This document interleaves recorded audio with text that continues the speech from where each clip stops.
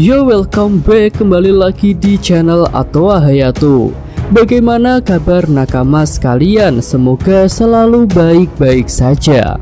Kedatangan dua penyusup ke Elbaf adalah ancaman yang sangat besar karena skuad khusus milik pemerintah dunia itu punya kemampuan yang sangat hebat. Di chapter lalu, salah satu dari mereka bisa melumpuhkan raksasa besar dengan sangat mudah menggunakan kemampuan penyerangan perban. Nah, pada video sebelumnya kita sudah membahas bahwa sosok kembarannya Shanks akan mulai beraksi dengan memancarkan Housoku Haki yang sangat kuat. Hal itu akan membuat raksasa penjaga yang satunya tak berdaya karena terintimidasi dengan hebat.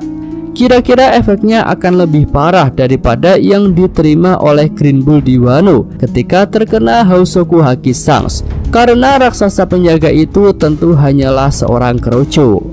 Nah, setelah kembaran Shanks menggunakan Housoku Hakinya, Luffy bisa saja akan merasakan hal itu. Dan menariknya di sini, Luffy akan menganggap bahwa haki yang digunakan oleh kembarannya Shanks adalah haki milik Shanks. Hal ini bisa terjadi karena haki merupakan kekuatan yang berasal dari energi kehidupan makhluk hidup. Jadi, haki yang berasal dari dua saudara kembar bisa saja identik karena keduanya dapat dikatakan hampir sama. Nah, Luffy pun tentu jadi sangat tertarik dan bertanya-tanya apakah Shanks sedang berada di Elbaf. Namun di sini Luffy juga merasa aneh mengapa Shanks menggunakan Housoku Haki yang sangat mengintimidasi di Pulau Elbaf. Bukankah dia adalah teman para raksasa? Tapi tanpa pikir panjang, Luffy akan segera pergi ke lokasi Housoku Haki Shanks itu berasal. Dia pun berpamitan sejenak kepada para raksasa. Luffy mengatakan bahwa dia sudah merasakan haki Shanks dan dia akan mengajaknya untuk ikut berpesta dengan para raksasa di tempat ini. Nah, saat mendengar hal itu, para raksasa jadi cukup terkejut karena sebelumnya Shanks dan krunya sudah pergi meninggalkan Elbaf karena akan pergi ke suatu tempat yang sangat penting. Tapi karena rasa penasarannya sudah sangat kuat, Luffy pun langsung pergi ke lokasi pancaran haki itu. Nah, di sini Zoro berinisiatif untuk ikut pergi bersama Luffy dan mengatakan ingin bertemu dengan Akagami no Shanks. Namun sebenarnya bukan itu alasan yang membuat Zoro ingin ikut pergi bersama Luffy. Zoro memutuskan untuk ikut pergi karena merasa pancaran haki yang kuat itu cukup berbahaya. Jadi dia tidak mau membiarkan Luffy pergi sendirian. Akhirnya Luffy dan Zoro pergi menuju lokasi pancaran Housoku Haki kembarannya Shanks itu. Nah, ketika kita membicarakan tentang kembarannya Shanks, Shin bisa beralih ke lokasi Shanks yang asli yang sedang berada di lautan. Di atas kapalnya, Shanks tampak sedang duduk sambil minum dan juga berpikir. Di sini Shanks menerawang ke masa lalunya, masa-masa di mana dia masih berada di kapal Raja Bajak Laut Goldie Roger. Tepatnya pada momen di mana dia menangis ketika Roger kembali dari Laftel dan gagal mendapatkan One Piece. Ya, Kapten Roger memang berhasil menemukan One Piece, tapi dia gagal untuk mendapatkan dan juga membawanya. Namun saat itu Shanks menangis bukan karena kegagalan Roger, tetapi karena nasibnya sendiri.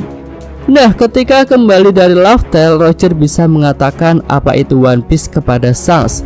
Namun Roger juga mengatakan bahwa Shanks tidak akan bisa mendapatkan One Piece. Alasannya bukan karena Shanks tidak cukup kuat untuk melakukan hal itu, tetapi karena One Piece adalah harta untuk para musuh dewa. Nah, di sini Shanks bisa sudah tahu ya mengenai jati dirinya dan juga masa lalunya, di mana dia ditemukan oleh Roger dalam peti harta di God Valley, dan kemungkinan besar bahwa Shanks adalah keturunan keluarga Vigarland yang merupakan salah satu dari Tenryubito di Mariejoa. Karena hal itulah Shanks bisa menangis ketika menyambut kedatangan Roger dari Laftel. Kemudian saat Roger sudah dieksekusi, Shanks pun mengatakan sesuatu kepada Buggy bahwa dia tidak akan mencari One Piece. Saat itu Buggy tampak kesal. Sosok Shanks yang dianggap akan menjadi penerus Roger malah berpikiran seperti itu. Kekecewaan Buggy itulah yang membuatnya tidak mau bergabung dengan Shanks. Nah, fakta ini sudah terungkap ya ketika Buggy bersama dengan Mihawk dan Crocodile di Cross Guild.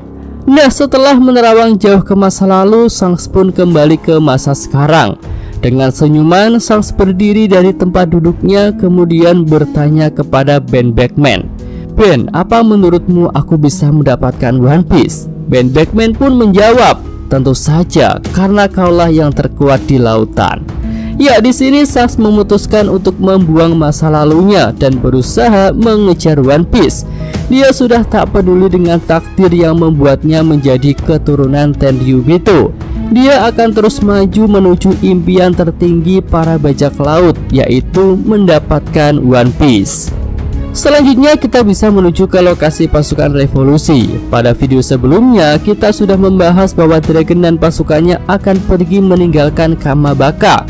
Mereka pun bisa terbagi menjadi dua kelompok. Satu kelompok akan pergi ke Wano dan satu kelompok lainnya akan pergi ke Elbaf.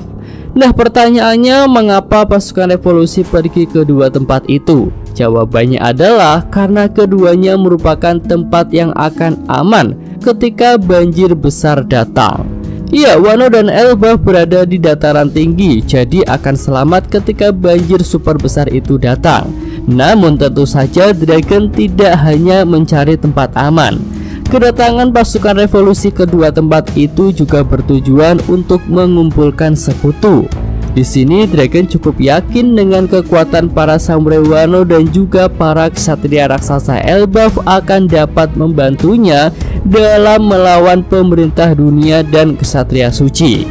Dan jika Dragon melakukan itu, tentu kemungkinan besar Wano dan Elbaf akan bergabung menjadi sekutu.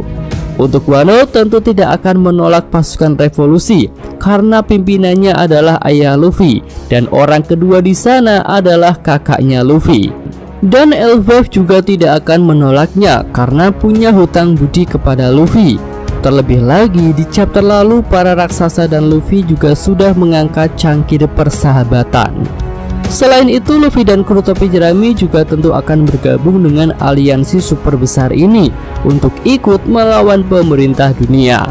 Oke, itu aja pembahasan untuk video kali ini. Jika ada tambahan, saran atau komentar, bisa nakama tulis pada kolom komentar. Yosa, Mimin atau Hayato. Terima kasih. Oke, cukup sekian video kali ini. Semoga nakama sekalian menyukainya. Terima kasih udah nonton. Jangan lupa like-nya dan subscribe channel Atowa Hayato. Yo!